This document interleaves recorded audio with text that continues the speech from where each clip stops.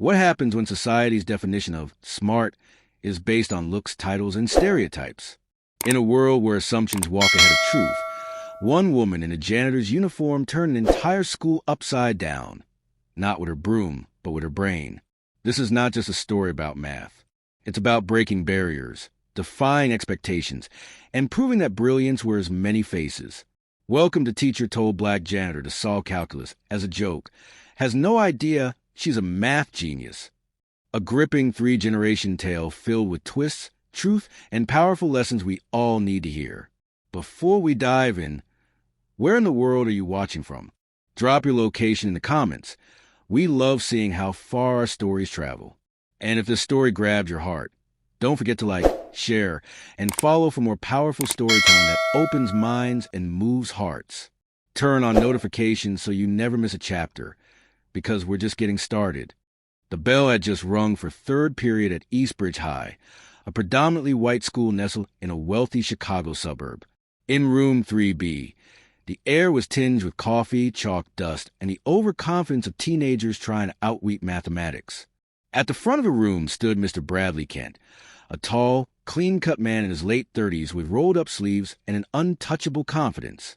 He was known for turning math into a performance, sarcastic, quick-witted, and keenly aware of the admiration his Ivy League background drew. With his rimless glasses perched low on his nose, he often taught as if his classroom was a TED Talk stage. "All right, class," he declared, scribbling furiously on the whiteboard. "Let's see who among you can crack this." He stepped back, revealing a thick, complicated integral that stretched halfway across the board. Integral x 3x superscript 2 plus 2 / x superscript 2 plus 1 dx. Murmurs filled the room. Some students squinted. Others gave up immediately. The problem was well beyond the scope of the day's lesson. Then the door creaked open.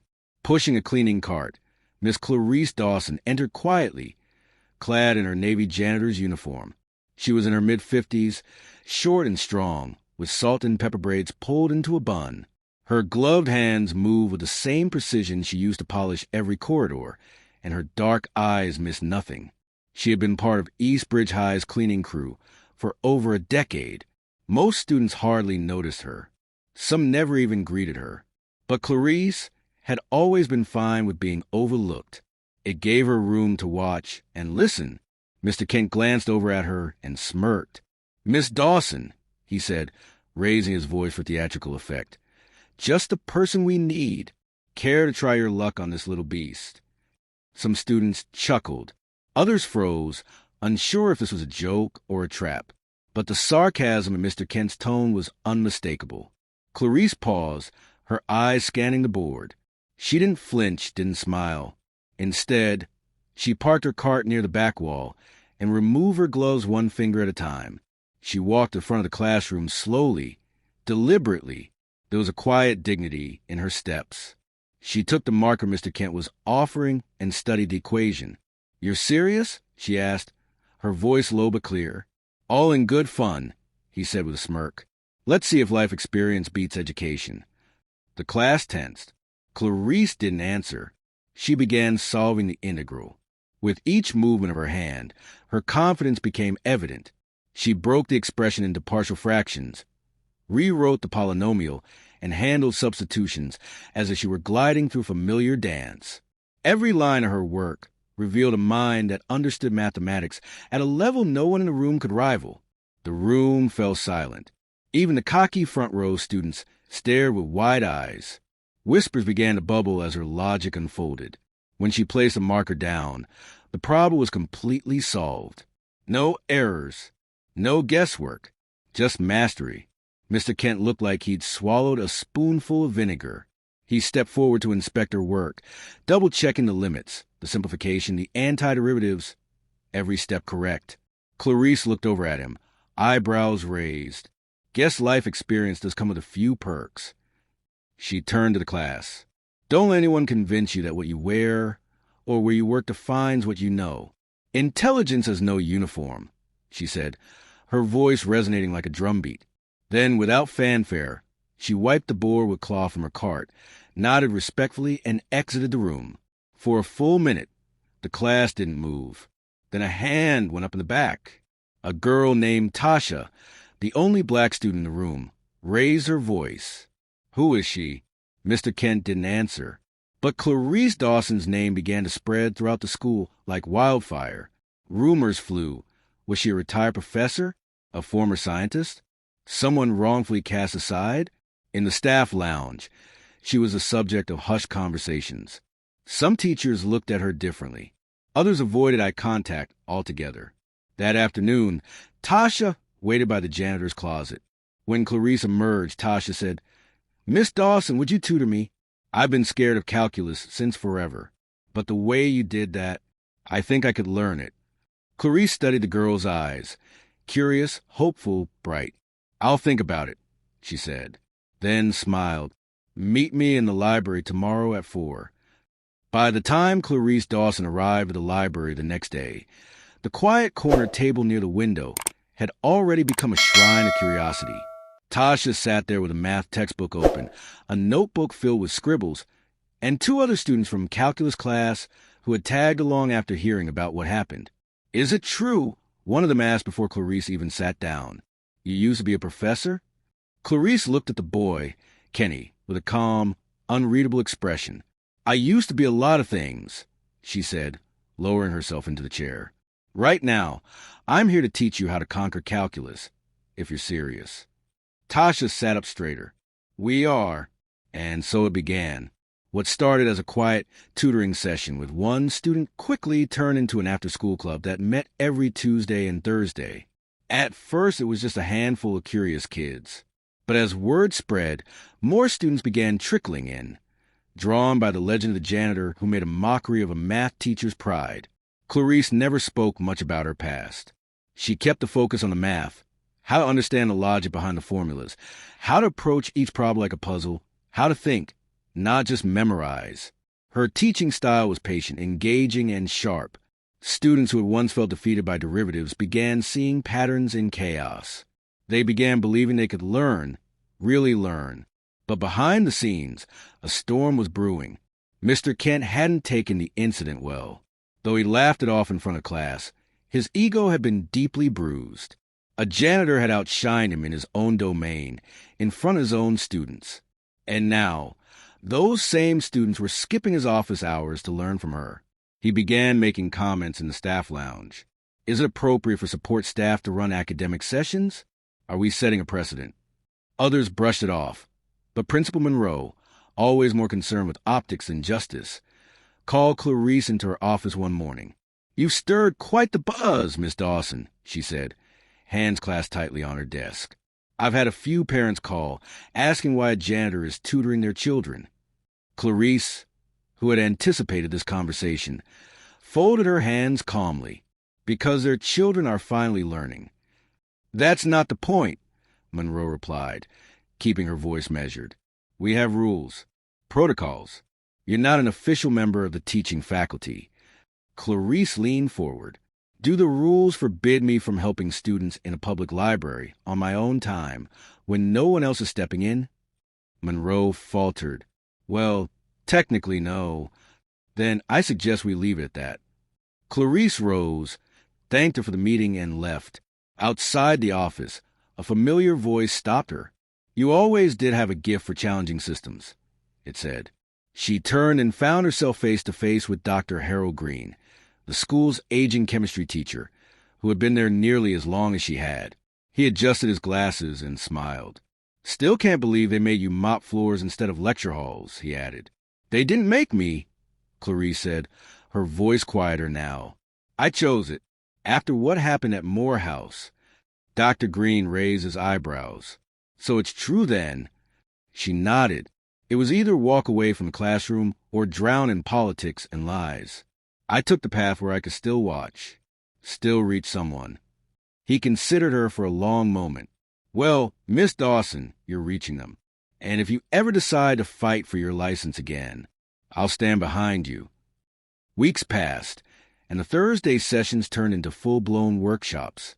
Clarice brought in old lesson plans, began printing practice tests, and even taught a few students how to program basic graphing models on their calculators. Word spread to other departments. A few teachers began stopping by to observe. Some were surprised, others inspired. One Friday afternoon, Tasha lingered after everyone else had gone. "You know what bothers me," she said, packing up her backpack. "The fact that you're the smartest person in this school, and they treat you like you're invisible." Clarice smiled softly. "It's not about what they treat me like. It's about what I choose to be. And I choose to be someone who doesn't waste what she knows, no matter where she is." Tasha paused.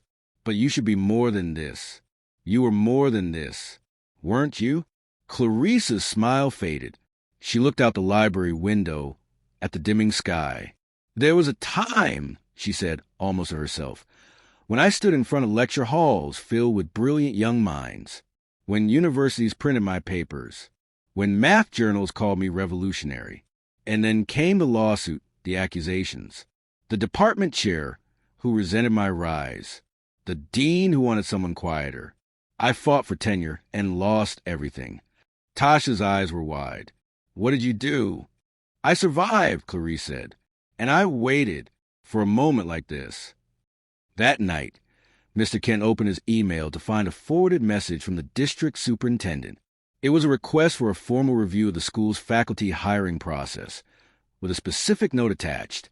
"This comes at the urging of several parents and students who believe that Ms. Clarice Dawson's mathematical instruction is equal to or superior to that of current faculty. Please advise on credential verification and potential reinstatement of her academic qualifications." Mr. Kent's hands clenched into fists. The name Clarice Dawson was no longer whispered in hallways. It was being printed, loud and bold. The next few months felt like the beginning of a revolution inside Eastbridge High. Clarice Dawson was no longer just a janitor students passed in the hallways. She had become the quiet storm reshaping their future, an academic underdog turned legend. Students now spoke of Miss D's sessions with the same reverence they once reserved for SAT prep or varsity sports. Parents, curious and skeptical at first, began attending her library lectures, watching her transform math into an art form. Her name hit the local press. The genius janitor, unlicensed, unforgettable. And soon, the quiet school on the hill found itself sitting at the center of a national conversation. One morning, Clarice stood in front of the classroom. Not the library, not the hallway. A real classroom. Eastbridge High had offered her a temporary instructional position, while the school board reviewed her credentials and application to have her teaching license reinstated. The room smelled of fresh markers and nervous anticipation. At the back sat Principal Monroe, stiff as a board, arms folded. Mr. Kent was absent, on leave, though rumors whispered he requested a transfer after his second failed classroom observation. His pride hadn't survived the fact that a woman he mocked had exposed his own intellectual laziness. Clarice's lesson today wasn't just math. It was personal. She wrote on the board, "The problem isn't always a problem." The students looked up, puzzled. She turned to face them, voice steady. "People often see math as cold. Numbers, symbols, rules. But math, at its best, is truth. You can't fake logic. You can't cheat a proof. And yet, in this world, the truth of a person can be hidden by uniform, by race, by silence. The real problem isn't always what's in front of you. It's what you've been taught not to see." The room was silent. And then, like every moment she made unforgettable, she launched into derivatives and limits, bringing the lesson back to numbers, yet letting her message hum beneath each example. Later that day, she sat alone in the teacher's lounge for the first time, sipping a cup of hot tea. Dr. Green approached her with a slow clap and a grin. "You just made every teacher here rethink their entire curriculum," he said. "Good," she replied. "They should." But change, even when righteous, attracts resistance. Clarice received a typed letter at home. No signature, no return address. "Stay in your place. We didn't build this school for people like you to run it." She folded it and placed it in a drawer. The same drawer where she kept her academic awards, her wrongful termination letter from Morehouse, and now a copy of her reinstated Illinois teaching license. They had no idea how many letters like that she received in her lifetime, and none had ever stopped her. On a stormy Wednesday afternoon, Clarice was asked to attend a school board meeting. an open forum where both staff and community members could speak. It had been called to assess the suitability of Ms. Dawson's continued teaching role. She almost didn't go, but she did. The auditorium was packed. Parents, teachers, reporters, even a few students in protest shirts that read, "Math has no uniform." Principal Monroe stood first. She spoke in clipped tones about protocol and standards and concerns about setting precedents. Then the microphone passed. A man in a suit stood up. "My daughter has never passed a math class until this year. Now she's talking about majoring in engineering because of Clarice Dawson." A mother stepped forward. The school owes her more than just a contract. It owes her an apology. Dr. Green added his voice. "We've long ignored talent because it didn't come in the expected packaging. Let's not repeat history." Then Tasha walked up. Her voice shook, but her words were loud. "I want to be like her. Not because she's black. Not because she's a woman. But because she never gave up on herself, even when everyone else did." The auditorium went quiet again, and then a slow, steady applause. One by one, the crowd rose. Clarice remained seated, stunned. Her hand covered her mouth. This wasn't a victory she demanded. It was one they gave her. That night, the board voted unanimously. Clarice Dawson would be offered a full-time teaching contract. The following semester, she walked into room 3B, Mr. Kent's old classroom. The board still bore faint stains from years of chalk dust, but to Clarice, it was a blank canvas. She placed a new sign on the wall. Mathematics, the equalizer of minds. She taught with fire, with passion, with patience. She built a classroom where questions were never mocked, where mistakes were stepping stones, and where every student, no matter their skin, their past, or their GPA, felt seen. The janitor's cart still rolled through the hallways. But now, it belonged to a new staffer, a young man named Diego who told Clarice during his interview that he used to be a math teacher in Venezuela. She grinned at that. Maybe life had a pattern, a repeating function.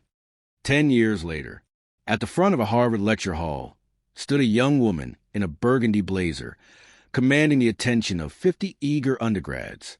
She moved through complex proofs with elegance and speed. Her smile was quiet, her confidence unshakable.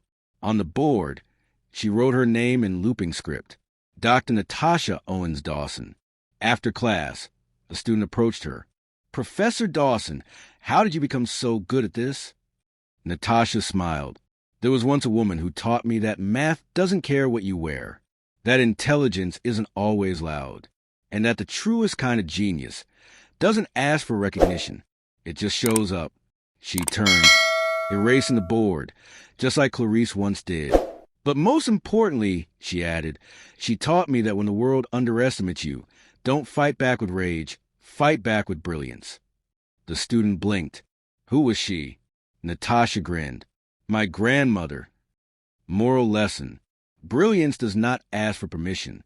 It does not need a title or a podium. The most powerful minds are often those society overlooks, until they no longer can. Respect is not owed by appearance, but earned through action. And above all, teach, even when uninvited. Someone is always listening. If this story moved you, inspired you, or even made you think twice about the people we often overlook, don't keep it to yourself. Share this story. Talk about it. Let it spark a conversation in your home, school, or workplace.